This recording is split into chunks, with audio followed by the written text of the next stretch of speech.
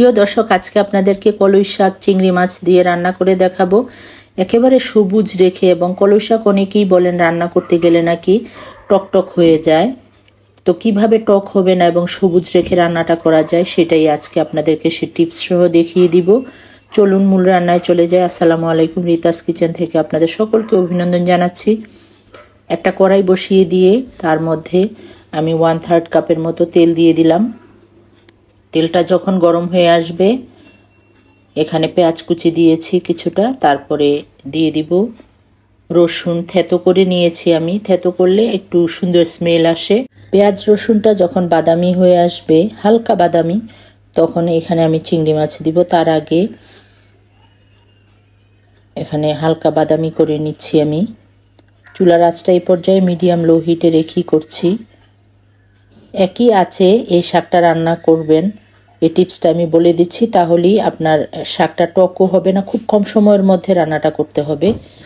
যদি চুলার আঁচ কমিয়ে করেন তাহলে রঙটা নষ্ট হয়ে যাবে, টকটক লাগবে। দিয়ে দিলাম চিংড়ি মাছ বেছে রেখেছিলাম, পানি ঝরিয়ে নিয়েছি, আর স্বাদ মতো লবণ, কয়েকটা শুকনো মরিচ দিয়ে দিব, 5-6টা।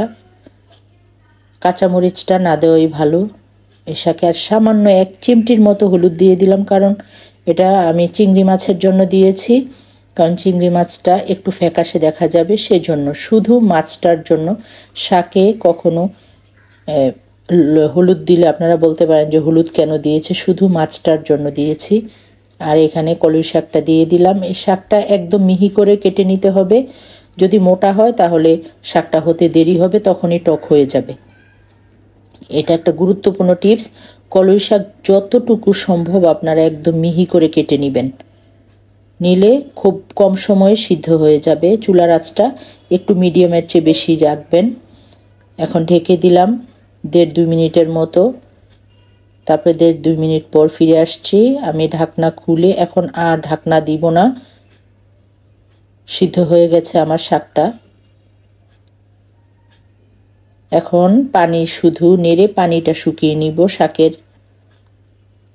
প্রায় হয়ে গেছে আমার কলই শাক রান্না। এই টিপসগুলি যদি আপনি একই আছে যখন রান্না করবেন আর খুব কম সময়ের মধ্যে, তাহলে টকও হবে না, সবুজও থাকবে শাকটা।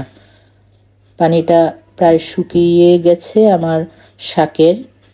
অসাধারণ হয়েছিল এই শাক রান্নাটা।